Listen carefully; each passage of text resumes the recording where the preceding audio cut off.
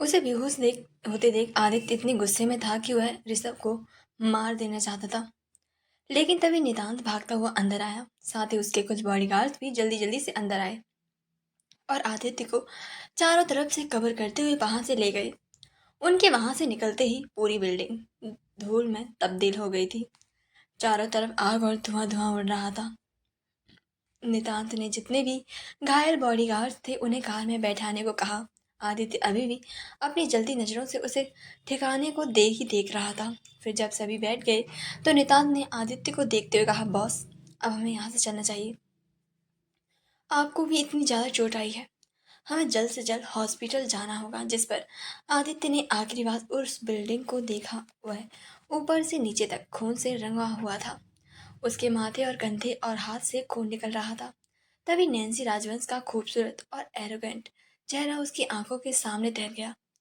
वह उसे देखकर मुस्कुरा रही थी। यह देखकर आदित्य की आंखें हल्की सी नम हो गई थीं और फिर उसने जल्दी से अपना चेहरा वहां से मोड़ लिया और कार में बैठ गया और अपनी आंखों को बंद कर लिया। और उसके बैठते ही वह सभी लोग कार वहां से निकल गई थी। वहीं जैसे ही वह लोग वहां से गए उनके 10 मिनट बाद ही नैन्सी के काफिले की गाड़ियां वहां आकर रुकी थी। चारों ओर फैली आग और धुआं देखकर उनकी आंखों की पुतलियां फैल गईं। आग की लपटें आसमान छू रही थी और पूरा जंगल जलकर राख हो चुका था। हर तरफ खून ही खून बिखरा हुआ था। यह मंजर देखकर सबके चेहरे पर हड़बड़ी और खौफ से भर गए थे। नैन्सी ने गाड़ी से बाहर निकलते ही चारों तरफ जलती हुई आग को देखा। उसका चेहरा क्रोध से तमतमा उठा। उसका भीतर का गुस्सा जैसे फटने को था। उसने कहा, सांस भरी और शांति से बोलते हुए कहा, ये सब कैसे हुआ और किसने किया है। उसके साथ साथ सभी लोग जल्दी जल्दी से कार से बाहर आ गए थे। रोहन, जो अब तक चुप था, अपनी बेतुकी हंसी रोक नहीं पा सका और बिना समझे बोला, लगता है हमारे आने से पहले ही इनका किसी ने इतनी बुरी तरीके से सफाया कर दिया। भाई, ये सही मजाक नहीं है। हम्म, हमें तो उन्हें देखने तक का भी मौका नहीं दिया गया। उसकी हंसी में थोड़ी नासमझी भी थी, लेकिन वह इसे कोई बड़ी बात नहीं समझ आ रहा था।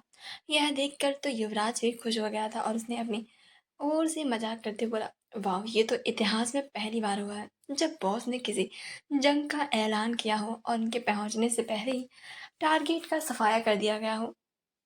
सच में मैं सब कुछ जलाकर राख हो गया है। सभी के चेहरे पर मुस्कुराहट आ गई थी, लेकिन नैन्सी के चेहरे पर गुस्से के बादल थे। उसकी आंखों में जलती हुई आग की तरह तीर सी चमक रही थी और उसने क्रोधित होते हुए कहा, चुप करो तुम दोनों, मजाक की भी हद होती है। यहाँ कोई खेल चल रहा है या फिर शो जो देखकर खुश हो रहे हो। उसकी आवाज़ इतनी सख्त थी कि किसी की भी आगे बोलने तक की हिम्मत नहीं हुई थी। रोहन और युवराज ही मुंह बनाते हुए चुप हो गए थे। वहीं तान्या ने धीरे से कहा, बॉस, सुबह से कुछ ज़्यादा ही गुस्सा नहीं कर रही है, समझ नहीं आ रहा है आखिर बात क्या है। जिस पर रोहन ने मुंह बनाकर कहा, पता नहीं क्यों हिटलर बनी हुई है। जिस पर टिया ने धीरे से कहा, जब पता है कि वो गुस्से में है तो बाहर मार खाने वाले काम कर ही क्यों रहे हो तुम दोनों। जिस पर वह दोनों टिया को घूर कर देखने लगे थे। वहीं टिया नैन्सी को ऐसे देख रही थी जैसे कि वहीं कनिष्क के चेहरे पर मुस्कुराहट आ गई थी। वहीं नैन्सी ने अपनी आंखें बंद करके अपने गुस्से को शांत किया और फिर उसने चारों तरफ देखते हुए, चेक करो कुछ जिंदा है या नहीं। और वह धीरे धीरे अपनी टीम को इशारा करने लगी। जिस पर उसके साथ सभी बॉडीगार्ड ने भी बिना एक शब्द बोले अपनी अपनी कार्रवाई शुरू कर दी थी। जो भी हुआ था वह अब सिर्फ नैन्सी के गुस्से के रास्ते में आकर बर्बाद होने वाला था। नैन्सी का गुस्सा पूरी तरीके से उबाल मार रहा था। उसकी आंखों में जलती हुई आग और नफरत की लहर थी। उसने एक गहरी सांस ली, फिर उसने अपने आसपास खड़े हुए सभी लोगों को देखा जो कि किसी अच्छे बच्चे की तरह उसकी तरफ टुकुर टुकुर देख रहे थे। उन्हें ऐसे देखते देखकर नैन्सी की आंखें छोटी हो गई थी और उसने उनकी अपनी तेज और तीखी आवाज में कहा, तुम लोगों को क्या मैं अलग से इनवाइट करना पड़ेगा जो ऐसे पार्टी में आए हुए मेहमानों की तरह खड़े हुए हो। किसी भी हालत में सुराग ढूंढो, हमें ऋषभ की बॉडी किसी भी हाल में चाहिए। उसकी बातों को सुनते ही टिया, तान्या, रोहन युवराज और कनिष्क अंशुमन जल्दी से तितर-बितर हो गए। वहीं नैन्सी ने उन्हें देखकर अपने सिर ना में हिला दिया था। यह काफ़ी ज़्यादा फ़नी सीन था। सभी ने बिना एक शब्द बोले अपनी जगह से एक्शन लेना शुरू कर दिया था। नैन्सी ने युवराज की तरफ देखते हुए कहा, तुम्हें कुछ पता चला ऋषभ के बारे में? जो भी ऋषभ से जुड़ा हुआ है, उसकी हर एक गतिविधि का हिसाब चाहिए मुझे।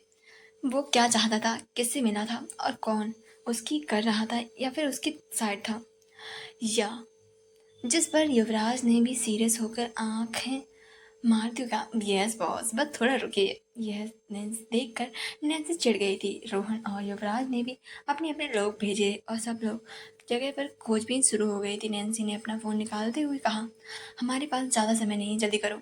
जिस पर सभी लोग और जल्दी से यहाँ से वहाँ अपने अपने काम में लग गए थे। वहीं नैन्सी भी ऋषभ को इधर से उधर ढूंढने लगी थी। काफ़ी देर तक लगातार ढूंढने के बाद तभी एक जगह उन्हें ऋषभ की खून से सनी हुई बॉडी मिली। तान्या ने जल्दी से चिल्लाकर कहा, बॉस बॉस, ये ऋषभ का बच्चा यहाँ है। यह सुनते ही सभी लोग उस तरफ दौड़े। वहीं नैन्सी भी जल्दी से वहां पर पहुंची तो ऋषभ की सांसें बिल्कुल मुश्किल से ही चल रही थी, जैसे मौत उसके काफी ज्यादा करीब खड़ी हो। यह देखकर नैन्सी ने सबको ऋषभ से दूर जाने का इशारा किया और खुद उसके पास आकर बैठ गई। वहीं सभी लोग उसके इशारे से मुंह बना रहे थे। वह देखना और सुनना तो चाहते थे, लेकिन अपनी बॉस के आदेश को भी टाल नहीं सकते थे और इसलिए वह वहां से दूर हो गए थे। वहीं उनके वहां से जाते ही नैन्सी ने ऋषभ को देखा, जो ऊपर से नीचे तक खून से सना हुआ था। उसे पता था यह आदित्य नहीं किया था, जिससे उसके चेहरे पर मुस्कुराहट आ गई थी। लेकिन फिर उसका चेहरा नफरत से भर गया था और मुस्कुराकर कहा, मिस्टर ऋषभ, आखिर मैंने आपको ढूंढ ही लिया। आपने पहचाना मुझे? ऋषभ, जिसकी सांसें थमने ही वाली थी और अपना नाम सुनकर उम्मीद भरी नजरों से उसे देखा कि शायद वह अपनी जान बचा सके। लेकिन वह नहीं जानता था कि सामने कौन था, बल्कि उसके मुंह से बस 3 शब्द दर्द और बड़ी मुश्किल से बाहर निकले थे, प्लीज, प्लीज हेल्प मी। यह सुनकर नैन्सी के चेहरे पर जहरीली मुस्कुराहट आ गई थी। उसने मुस्कुराकर कहा, आर यू सीरियस? तुम मुझसे मदद की भीख मांग रहे हो? लेकिन अफसोस, मैं यहाँ तुम्हें बचाने नहीं बल्कि ऊपर पहुंचाने ही आई थी। लेकिन पहले मेरे हस्बैंड ने आकर तुम्हारी छुट्टी कर दी। अपनी आंखों में चमक लिए हुए उसने धीरे से अपना मास्क उतार दिया और एक खौफनाक मुस्कान के साथ कहा, अब याद आई तुम्हें कि मैं कौन हूँ? जिसने तुम्हारा ये हाल किया है ना, मैं उसी इंसान की बीवी हूँ। मैं उसी राजा की रानी हूँ। ऋषभ, जो अपनी जिंदगी में आखिरी सांस ले रहा था ना, उसे समझ नहीं आ रहा था कि ये महिला कौन है, क्योंकि उसे यह वो दिखाई नहीं दे रही थी। उसकी हालत इतनी खराब थी कि वह कुछ बोल भी नहीं पा रहा था। लेकिन जब सुना कि उसके पति ने किया है, तो उसके दिमाग में अचानक से आदित्य ओबरॉय का नाम गूंज गया और उसकी आंखें हैरानी से फैल गईं, क्योंकि उसकी वाइफ यानी कि नैन्सी बंसल अब वह इस चेहरे को देखना चाहता था। वहीं नैन्सी ने उसकी चुप्पी का मजाक उड़ाते हुए कहा, मैंने तो कभी भी नहीं सोचा था तुम्हारे जैसे घटिया इंसान को ऐसे इतने बुरे दिन भी कभी आएंगे, जब वो मेरे सामने भीख मांगेगा। लेकिन कहते हैं ना, हर कुत्ते का दिन आता है। तुम्हारा भी आ गया, लेकिन कोई बात नहीं, मैं तुम्हारी आत्मा को आसानी से मोक्ष दिला दूंगी। लेकिन क्या तुम्हें पता है मैं असल में हूँ कौन? यह कहते हुए वह मुस्कुरा रही थी। वहीं दूर खड़े सभी लोग नैन्सी को देख रहे थे, लेकिन समझ नहीं पा रहे थे कि आखिर बातें क्या हो रही हैं। वहीं रोहन की बेचैनी बढ़ती जा रही थी। वह तो गॉसिप्स का शौकीन था। अगर वह ना जान पाए तो उसके पेट में दर्द होने जाता था। वह थोड़ी दूर पर खड़ा होकर नैन्सी की बातें सुनने की कोशिश कर रहा था। उसकी गर्दन हल्की सी झुक गई थी और कान जैसे दीवार के पार आवाज पकड़ने की कोशिश कर रहे थे। तभी तान्या ने उसे देख लिया था। उसकी आंखों में वही शैतानी शरारत चमक रही थी, जो अब वह रोहन को परेशान करने के लिए दिखती थी। वह चुपचाप उसके पास पहुंची और बिना किसी चेतावनी दिए उसके कान को जोर से मरोड़ दिया और गुस्से से घूर कर बोली, अबे साली झींगुर, तुझे किसी ने सिखाया नहीं कि ऐसे किसी की भी बातों को छुप कर नहीं सुनते, बैड मैनर्स होते हैं? जिस पर रोहन दर्द से कराहते हुए पीछे हट गया था और गुस्से से बोला, अबे छिपकली कहेगी, छोड़, मुझे दर्द कर रहा है। कान मेरा कान ही तो लगाए थे, कुछ सुना तो नहीं ना बेवकूफ लड़की, छोड़ मुझे। जिस पर तान्या ने ठहाका लगाया और तीखे स्वर में बोली, झींगुर, बॉस ने साफ साफ कहा है ना, क्या तुझे किसकी बात मुंह से बोली हुई समझ नहीं आती, या फिर मेरी लात खाकर ही मानेगा? ज्यादा ही जासूस बनने का शौक चढ़ा है, बॉस को पता चल गया ना, तो ये 2 मिनट में तुम्हारी जासूसी का भूत उतर जाएगा। जिस पर रोहन ने भड़कते हुए कहा, आखिर तेरी प्रॉब्लम क्या है मुझसे? हाँ, मैं तो कोई जासूस नहीं हूँ, पर तुझे बड़ा प्राइवेट डिटेक्टिव बनना है जो जब देखो तब मेरे ऊपर ही नजर रखती है। फिर हंसती हुई, कहीं पसंद तो नहीं आ गया ना छिपकली कहीं की? जिस पर सब अपना सर पीटने लगे थे, वहीं तान्या ने उसकी बात को हवा में उड़ाते हुए जवाब दिया, अबे छींगुर, मुझे ना जानवरों से शादी करने में कोई इंटरेस्ट नहीं है। तू तो पैदाइशी जानवर लगता है, इसीलिए बेटा तू क्यों मेरे रास्ते में आकर खुद की पिटाई करवाने की कोशिश करता है? एक तो गलती और ऊपर से इल्जाम मुझ पर लगाता है। चल भाग यहाँ से, नहीं तो एक बार कान की जगह गर्दन मरोड़ दूंगी। यह कहते हुए उसने उसे छोड़ दिया था। जिस पर रोहन ने अपने कान को सहलाते हुए गुस्से में कहा, सही है, क्योंकि मुझे भी तेरी छिपकली से शादी करने में कोई इंटरेस्ट नहीं है। जिस पर तान्या ने ऐसे नाक सिकोड़ी जैसे उससे कितनी ज्यादा बदबू आ रही हो। वहीं उसके कान को सहलाते हुए बड़बड़ाया, ये लड़की ना पक्का मेरी जिंदगी बर्बाद करने के लिए पैदा हुई है। तान्या ने उसकी बात सुन ली थी और पलट कर बोली, और तू पक्का मेरी टांग खींचने के लिए पैदा हुआ है। भगवान जाने तेरे जैसे लोग धरती पर क्यों भेजे जाते हैं। जिस पर दोनों फिर से लड़ना लगे थे। दोनों की तीखी नोकझोंक पर वहां खड़े सभी लोग मुस्कुरा रहे थे। हर कोई जानता था कि तान्या और रोहन जहां भी हों, वहां लड़ाई तो पक्की है। हालांकि उनकी टकरार में छुपी मासूमियत और एक अनकही दोस्ती को देखकर सभी का मन हल्का हो जाता था। वहीं दूसरी तरफ नैन्सी की बात पर ऋषभ कुछ बोलना चाहता था, लेकिन उसकी हालत इतनी ज्यादा खराब थी कि कोई शब्द ही नहीं निकाल पा रहा था। नैन्सी ने धीरे से अपने हाथ में पहनी रिंग को उसकी आंखों के सामने लाकर कहा, इस रिंग को पहचानते हो? जैसे ही ऋषभ ने रिंग को देखा, उसकी आंखें चौड़ी हो गई थी। उसकी आंखों में डर और हैरानी साफ झलकने लगी थी, जैसे उसे अचानक से कुछ याद आ गया हो। वह रिंग जो कभी उसकी जिंदगी का एक हिस्सा थी, अब उसकी मौत के करीब आकर उसे एक कड़वा एहसास दे रही थी। ऋषभ की आंखों में डर और हैरानी का मिला जुला भाव था। वह खून से सना हुआ बेहद कमजोर हालत में था और उसकी सांसें एक एक करके धीमी होती जा रही थी। नैन्सी ने मुस्कुराते हुए अपनी इस रिंग को उसकी आंखों के सामने किया। रिंग की चमक ने जैसे उसकी दुनिया को फिर से हिला दिया था। क्या तुम इसे पहचानते हो ऋषभ? नैन्सी का सवाल सख्त था, लेकिन उसकी आवाज में कुछ ठंडक भी थी, जैसे वह पूरी स्थिति का आनंद ले रही हो। ऋषभ की आंखों में एक चमक सी आ गई थी और वह किसी तरह से उस रिंग को लेने की कोशिश कर रहा था। उसकी सांसें भारी थीं, लेकिन जैसे ही उसकी आंखें रिंग पर टिक गई थीं, वह एक हल्की सी कोशिश करने लगा था। वह उसकी हालत इतनी बुरी थी कि वह बोलने की कोशिश भी नहीं कर पा रहा था, लेकिन नैन्सी के शब्दों ने उसे थाम लिया था।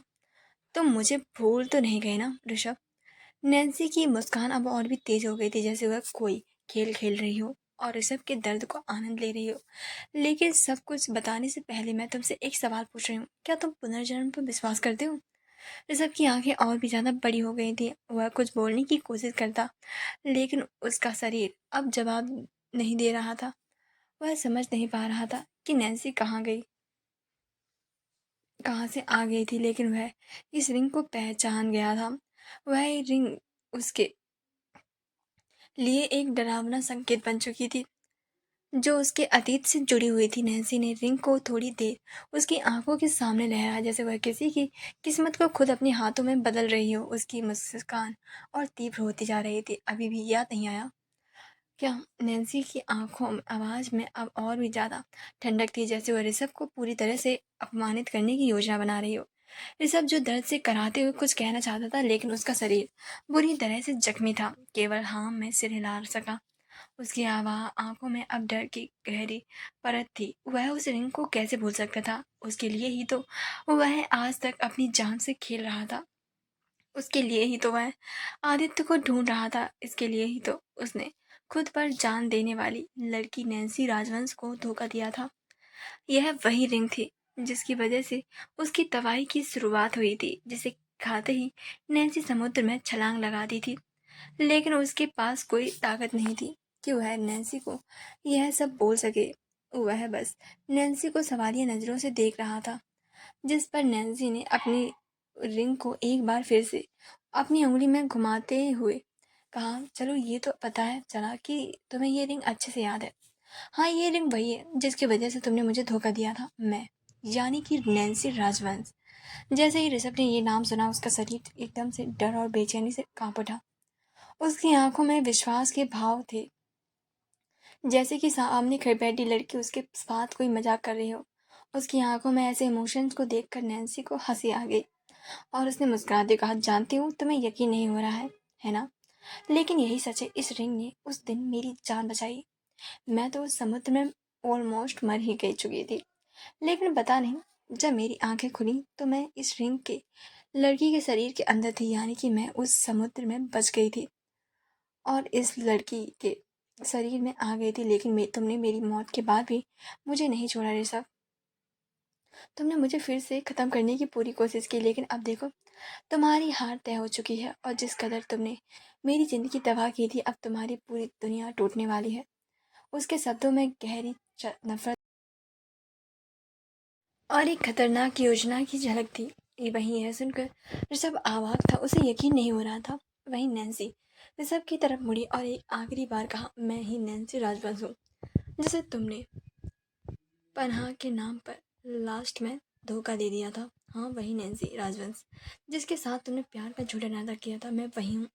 मैं तुम्हारी मौत अपने हाथों से बड़ी बेरहमी से करना चाहती थी, लेकिन कोई नहीं, हमारे पतिदेव ही आखिर हैं तो हम एक ही। लेकिन फिर भी अचानक से उसने ऋषभ के बालों को पकड़ते हुए कहा, आखिर तुम्हारी हिम्मत कैसे हुई मेरे हस्बैंड पर हमला करने की? लेकिन तुमने जो ये किया है ना, यकीन मानो मैं तुम्हारा पूरा साम्राज्य तबाह करने वाली हूँ बहुत जल्द। तुम्हारी मौत के बाद जो भी तुम्हारे साथ है वो भी जल्द ही जल्द खत्म हो जाएंगे। मैं सबको खत्म कर दूंगी, क्योंकि अब मैं नैन्सी राजवंश हूँ। अब इस दुनिया को मैं ही चलाऊंगी। लेकिन अफसोस इस बात का होगा कि वो तबाही देखने के लिए साथ नहीं होगे तुम। जैसे ही ऋषभ ने यह सुना, उसकी आंखें पूरी तरीके से फैल गई थी और वह बेबस होकर अपना सिर ना में हिलाने लगा, तो मानो इसे यकीन नहीं हो रहा था। लेकिन उसकी लास्ट बातों ने सुनकर ऋषभ ने अपनी जी जान लगा कहा, बहुत जल्दी तुम खत्म हो जाओगी नैन्सी। जिससे तुम लड़ना चाहती हो ना, तुम्हारी सोच से भी परे हैं। लेकिन नैन्सी ने उसकी बातों को नजरअंदाज करते हुए कहा, नहीं, बल्कि मैं सबकी सोच से परे हूँ। तुम तो मुझे अच्छे से जानते हो ना, मैंने धोखा खाया क्योंकि भरोसा था तुम पर, वरना इस पूरी दुनिया में कोई भी मेरा बाल तक बांका नहीं कर सकता था। ये बात तो तुम भी अच्छे से जानते थे ना। तुम तो मेरे वैसे भी मरने वाले हो ना, तो आसान से ऊपर आसमान में आराम से इस मूवी का नज़ारा देखना, क्योंकि अब मैंने सबकी बर्बादी शुरू कर दी है। जिस पर ऋषभ ने कमजोर आवाज में कहा, तुम सही नहीं कर रही हो, मारी जाओगी। जिस पर नैन्सी ने गहरी सांस ली और तिरछी मुस्कान के साथ कहा, वो तो वक्त ही बताएगा। फिलहाल अपनी मौत एंजॉय करो मिस्टर ऋषभ। यह कहते हुए वह उसके पास कुछ ढूंढने लगी थी। ऋषभ की आंखें बंद हो रही थी, वह एकटक उसे देखे जा रहा था। अचानक से उसके सामने पुरानी नैन्सी का चेहरा आने लगा, जब वो 12 साल की थी और उसने डिसाइड किया था कि वह उसे क्वीन बनाएगा। वह लड़की सिर्फ उसी के सामने बच्चों सा मुंह बनाकर बोलती, मास्टर, आप मुझे अकेले क्यों छोड़ देते हैं? मास्टर, अब आगे क्या करना है? मास्टर, अब किसे टपकाना है? मास्टर, किसने आपको चोट पहुंचाई? मैं उसकी ज़िंदगी तबाह कर दूंगी। मास्टर, आई एम सॉरी, मेरे से गलती हो गई। मास्टर, आप हमसे बात ही नहीं करते हैं। उसे वो दिन याद आया जब 18 साल की नैन्सी, जो बेरहम थी दुनिया के लिए, जिसके हाथों से हमेशा दूसरों के लिए खूब रहता था, उस दिन उसके हाथों में बड़ा सा गुलदस्ता था। वह दौड़ती हुई अपनी आंखों में दुनिया को झुका देने वाली चमक के साथ उसके पास आ रही थी। वह बच्ची उससे 8 साल छोटी थी, लेकिन सबसे उसने अपना सर नीचे जमीन पर टिकते हुए बोली थी, मास्टर, मैं आपसे बेपनाह प्यार करने लगी हूँ। क्या आप मेरे बॉयफ्रेंड बनोगे? मैं जानती हूँ आपने मुझे यह सारी चीज़ें सोचने से मना किया है, लेकिन हर वक्त मेरे जहन में आप ही रहते हैं। लेकिन वो बहुत छोटी थी और उसके साथ प्यार करना अपने मकसद से पीछे हटना था। इसीलिए उसने उसे पूरे 2 दिन तक बिना खाए पिए, बिना 2 दिन पूरी ट्रेनिंग के लिए सजा दे दी और नैन्सी ने अपनी ट्रेनिंग बखूबी पूरी की थी। फिर वह हर वक्त प्यार से पड़ी लड़की की तरह यहाँ से वहाँ उसके पीछे ही पीछे घूमती रहती थी और उसे परेशान करती थी। लेकिन जब कोई दुश्मन सामने आ जाता तो वह किसी शैतान से कम नहीं होती थी। लेकिन उसके सामने वह ऐसे ही रहती थी जैसे कि कोई छोटी सी बच्ची हो। वह उसे बिल्कुल भी नहीं छोड़ती थी और वह हर वक्त मास्टर मास्टर कहती रहती थी। थक हार कर उसने एक्सेप्ट कर भी लिया था। उस दिन वो जितना खुश हुई थी उसे शब्दों में बयान करना नामुमकिन है। उसने खुशी से उछलकर उसे किस कर लिया था और नीचे उतरने का बिल्कुल भी तैयार नहीं थी। वह दुनिया की सबसे खूबसूरत लड़की थी। उसका पागलपन उसे पसंद था, लेकिन अब वो जो उसके सामने थी वो बिल्कुल अजनबी थी। वह धोखा देना नहीं चाहता था, लेकिन हालात ही ऐसे थे। उसके दिमाग में नैन्सी से जुड़ी सारी यादें एक एक करके दौड़ी जा रही थी। वहीं नैन्सी ने अचानक से उसके फ़ोन को बाहर निकाला। उसके स्क्रीन पूरी तरीके से टूट चुकी थी, लेकिन उसने उसे लिया और उठाते हुए बोली, सो बाय, अब मैं चलती हूँ, तुम आराम से मरो, गुड बाय, हैप्पी जर्नी। यह बोलकर वह खड़ी होकर वहां से जाने लगी थी तो ऋषभ ने जल्दी से उसके हाथ को पकड़ते हुए कहा, प्लीज मत जाओ, प्लीज। उसके हाथ पकड़ते ही नैन्सी को इतनी तेज घिन आई कि उसने जोर से अपनी लात को उसके हाथ पर मारा और दूर होते बोली, डोंट टच मी, अपने गंदे हाथ मेरे से दूर ही रखो, वरना मैं तुम्हारा अभी भी गला घोट दूंगी। इसीलिए जो एक पल मिला है ना, शांति से जी लो और अपनी सारी गाली करतूतें याद करके अफसोस मनाओ कि तुमने क्या क्या गलती की थी। यह कहते हुए वह गुस्से के साथ वहां से अपनी कार की तरफ जाने लगी थी। वहीं उसे जाते हुए देखकर ऋषभ तड़पने लगा। वह उसे देखना चाहता था, वह मजबूर था, वह मरना नहीं चाहता था। वहीं नैन्सी ने सभी को अपनी कार में बैठने के लिए कहा तो सभी नैन्सी को घूर कर देख रहे थे। यह देख नैन्सी ने सभी को घूरा तो सभी लोग जल्दी से डर के कार के अंदर बैठ गए थे। उनके बैठते ही सारी गाड़ियां वहां से निकल गई थी, लेकिन उनके वहां से निकलते ही अचानक से उसे पूरे जंगल में धमाके की आवाज गूंजने लगी। हर तरफ आग की लपटें बड़ी ही ऊपर तेजी से उठने लगी थी। पूरा जंगल धू धू करके जलने लगा था। नैन्सी ने उसे मिरर से मुस्कुरा कर देखा और फिर फोन को युवराज को देते हुए बोली, इस फोन का सारा डाटा मेरे फोन में ट्रांसफर करो जल्दी से। जिस पर युवराज ने वो फोन मुंह में बनाते हुए ले लिया था और अपने हाथ टाइपिंग पर चलाने लगा था। तभी नैन्सी अपना फोन भी देना चाहती थी, लेकिन तभी उस पर कॉल आने लगी। उस कॉल को आते देखकर उसकी आंखें छोटी हो गई थी और उसने कॉल उठा लिया। कॉल उठाते ही उधर से किसी की घबराई हुई आवाज आई। जैसे ही नैन्सी ने उसकी बात सुनी तो उसका पूरा चेहरा अचानक से सफेद पड़ गया था। घबराहट से उसने जल्दी से कहा, स्टॉप द कार। कार के रोकते ही सब हैरानी से नैन्सी को देखने लगे थे। किसी को भी कुछ भी समझ नहीं आ रहा था। वहीं नैन्सी जल्दी से कार से बाहर निकली। सबको भी कार से बाहर निकलने का इशारा किया। टिया ने कुछ पूछना तो चाहा, लेकिन नैन्सी तब तक कार के अंदर बैठ गई थी। टिया के पूछने से पहले ही नैन्सी ने कहा, मैंने लोकेशन सेंड कर दी है, आज हम मुंबई में ही रहेंगे। ये बोल वह बिना कुछ बोले जल्दी से एस्केलेटर पर पैर रखा और वहां से 100 की स्पीड से कार को ड्राइव करते हुए वहां से निकल गई थी। यह देखकर सब हैरान थे कि क्या हुआ, लेकिन किसी को भी कुछ भी नहीं पता था। तो आगे स्टोरी सुनने के लिए प्लीज़ चैनल को सब्सक्राइब जरूर कर लें और प्लीज़ कर लो। Thank you so much.